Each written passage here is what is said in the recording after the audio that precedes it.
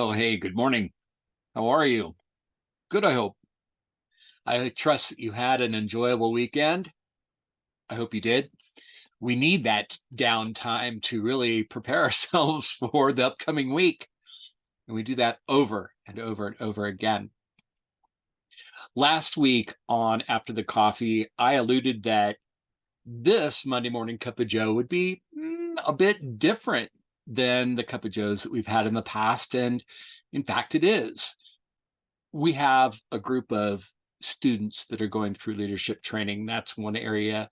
And then we've got a new program called a organizational facilitator certificate program.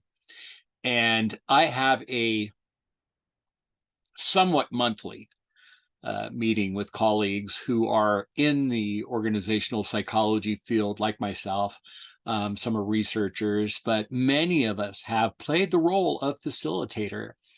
And an interesting topic came up during our inner circle, and I want to bring you into that inner circle a little bit and have you please down below weigh in your thoughts on this. I could use your help. I could use your insight, your experience. So anyway, let me explain. And of course, on After the Coffee on Wednesday, I'll be opening up the entire can of worms, but the question came up as a result of a team meeting from one of my colleagues that said the question was posed, why do we compartmentalize ourselves in the aspect of there is a, for lack of a better term, a work, a work life persona or personality, and then there is a outside of work. I don't want to say private because it's not necessarily private. It's how we behave, whether it's public or private. Why do our personalities fundamentally change between the two? Now, we, as a group, toward the end of our 2.5 hours, did brainstorm a list of possible reasons, but those reasons can be challenged, and I'll share with those. I'll share those with you on Wednesday.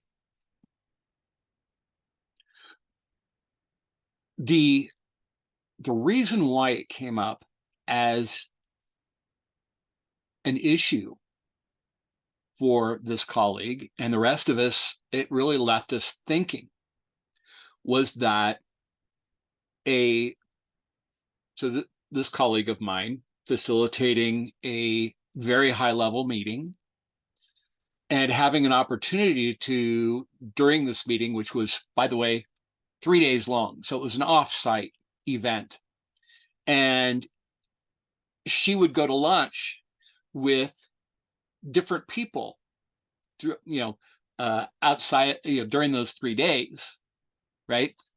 And it was, you know, breakfast in the morning, and then, a little lunch in midday, and then an afternoon snack where, they broke away from their meeting and spending time with different individuals at each one of these breaks, if you will, and how different some were in contrast to how they showed up in this offsite meeting and how they showed up outside of the meeting, both in mannerism, voice tonality, facial expression, mannerisms, and how they actually felt about things or their beliefs that they had that were not revealed within the offsite. And this raised a question in her own mind in terms of trust. How can you trust somebody who is different? Now, this is not, they're not doing anything bad necessarily, but they are not who they are in the meeting, outside the meeting. And this raised concern. What was their agenda? Why change your behavior or your who you are, right? We talk about in this day and age about being genuine and being authentic. Is there authentic in the shift of a behavior while you're in a meeting on stage and being different off stage, or why does that happen? And what was interesting is that she noticed this not with just one individual, but about 80% of all the individuals that she had gone to break with. Interesting dynamic, wouldn't you think? Are you different? Are you different in a meeting than you are outside the meeting? I'm not saying are we different in terms of our personal lives. I don't know.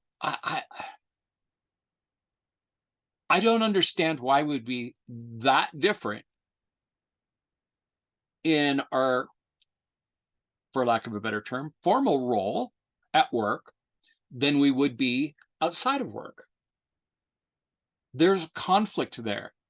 And she was very concerned about it. And I think rightly so. She's a very intuitive person, incredibly intelligent. I respect her probably more than any of the other contributors. And I probably shouldn't say that because I'm going to get in trouble, but she's uber smart and she's very, very intuitive and a sensitive person in terms of being able to pick up on subtleties that most people miss. So maybe you can chime in down below and respond in terms of whether it's your own, you could say, well, for me, I'm different in the meetings than I am, outside the meetings because da da da da da da, right? Or you might even say, that's not me.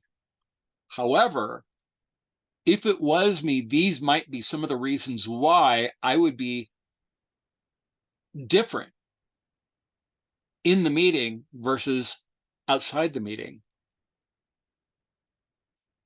What do you think about that?